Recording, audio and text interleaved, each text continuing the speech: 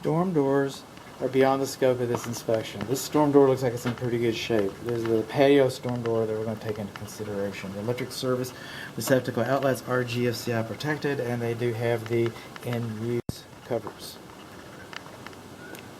Actually, I should have just gone ahead and started over here. I am starting over here. Okay.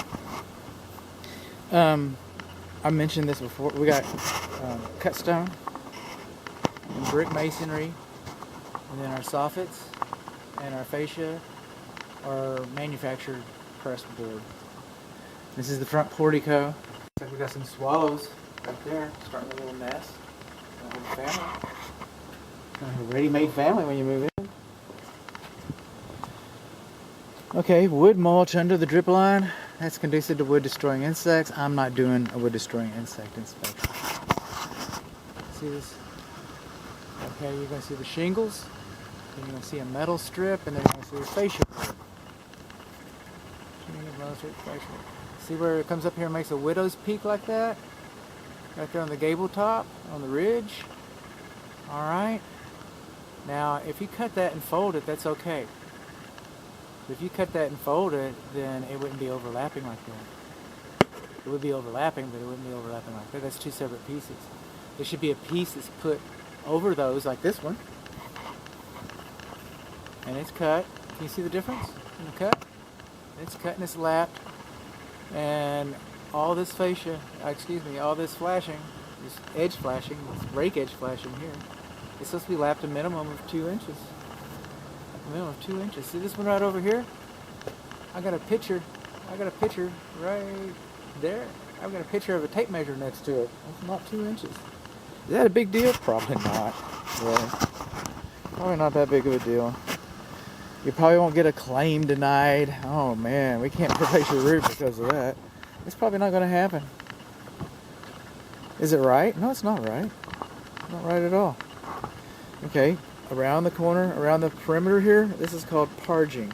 It's kind of like a cake frosting. And it's cosmetic. I mean, sometimes it's, to be honest, sometimes it is, what is it? Anyway, I lost my joke. Sometimes it's cosmetic surgery. Sometimes it's reconstructive. Sometimes people need some help, unfortunately.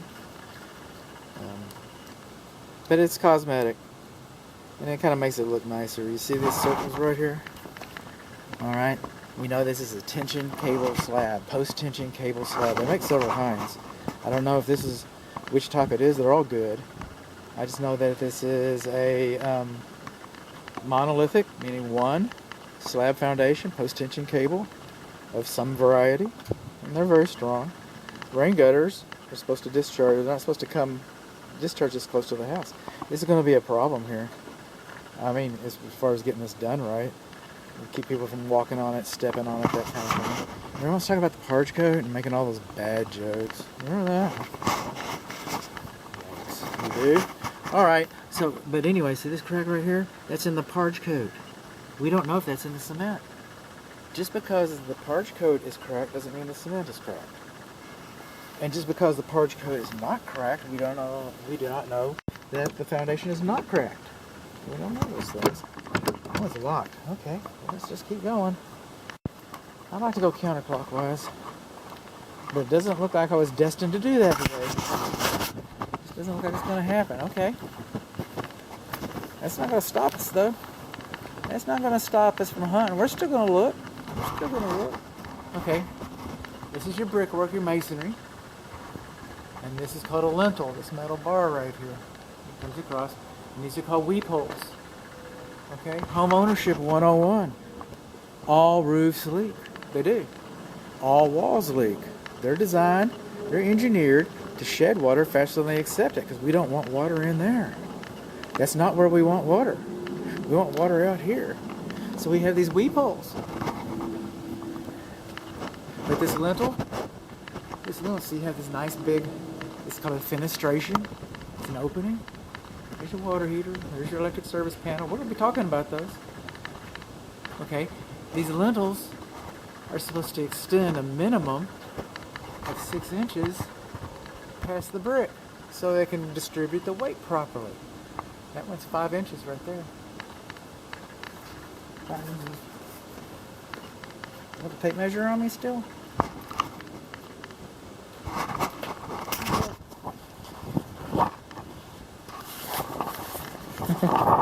There you are. I got more pockets than I got brains. Okay. 6 inches.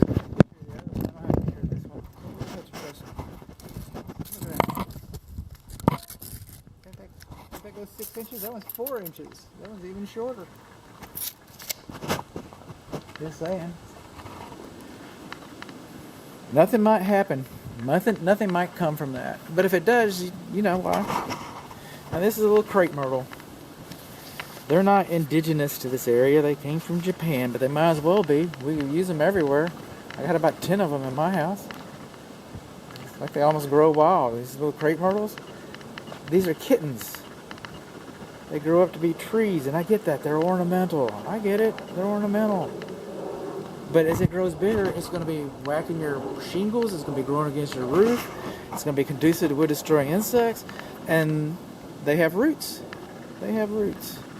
And they don't have a real strong root system, by the way. I mean, they have an incredibly strong root system. But it's not beefy. It's not like an oak or something.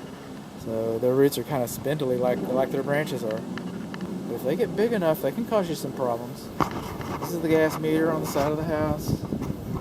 AT&T, this is your electric meter. We've been here. This is a pedestrian door. You got a little bit of a light leak right in there. If light can get through, water can get through right there in that corner. Coming on along. This is your condensing unit that's too close to the house. So you're 14. Non-sprinkler heads should be closer than 12 inches. Closer than 12 inches to the house. This is kind of interesting. I don't know why we have, I really don't why we have weep holes 2 courses underneath the window.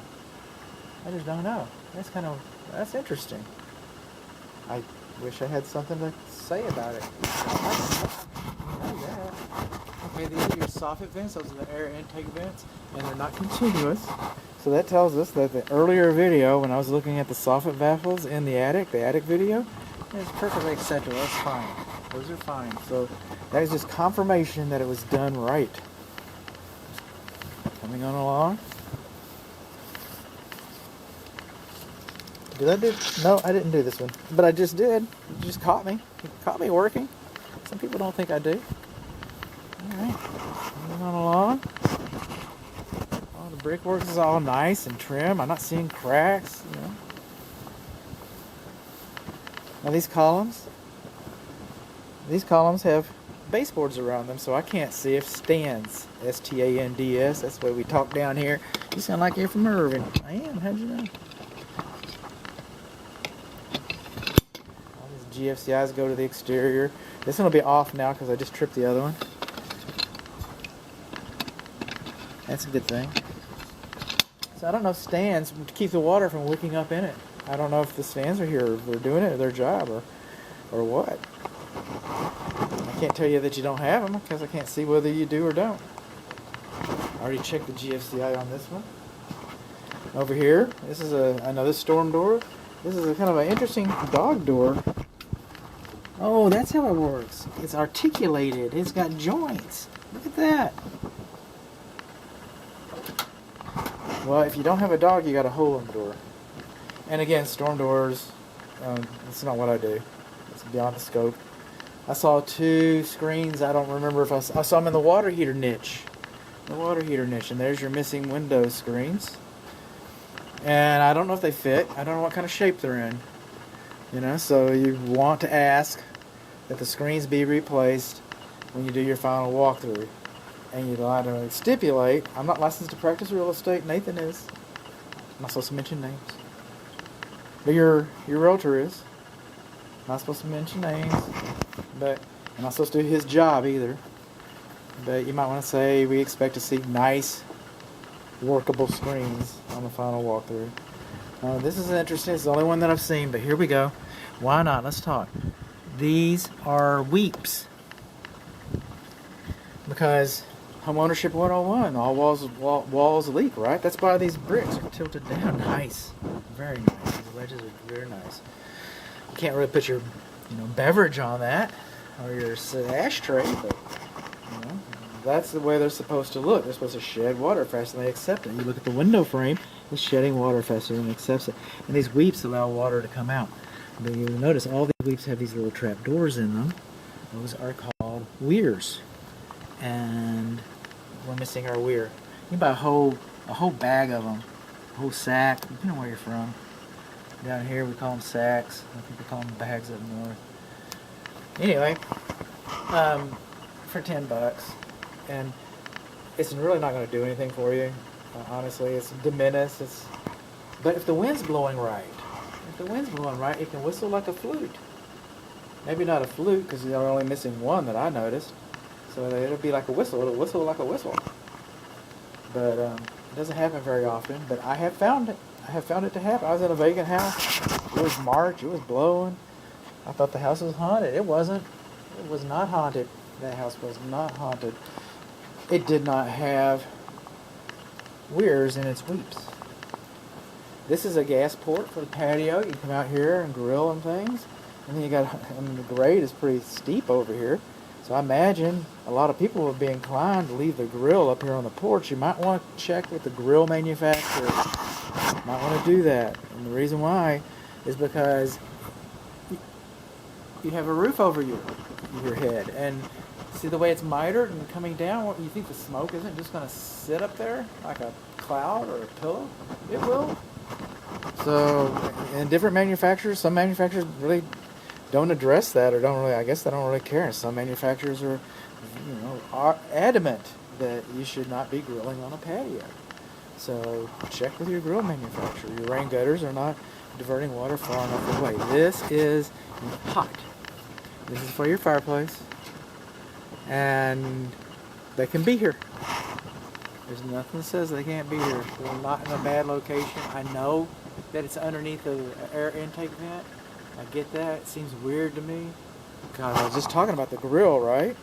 So I'm talking about the grill. I'm getting you all worried about it. I'm like, oh, don't worry about that fireplace going. But I looked it up. I really expected to be right. I didn't expect to be wrong. You know what, though? I will with the manufacturer. It's kind of sitting out. I'm thinking this flashing is supposed to have been recessed better than that. I don't know for sure, but I'm suspicious. I'm suspicious of that. Okay, let's move on along.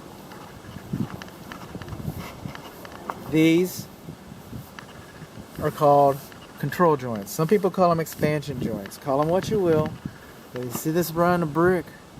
We're in the mid-cities. We're in North Texas. This is going to move. We expect this brick to move. Code says this house is going to... You need to plan for movement in this region. So these are required at every 20 feet, I believe. And that looks like about 20 feet. If you don't have these, the brick's going to crack. They'll probably crack anyway. I mean, to a reasonable amount. But and then after a while, then it's called checking or repointing. But anyway, every once in a while, all walls leak, right? So you want to come in and you want to make sure that this is sealed right, that it didn't dry and crack and peel away like it is there a little bit. Because even though we expect the walls to leak, and they're designed to leak, but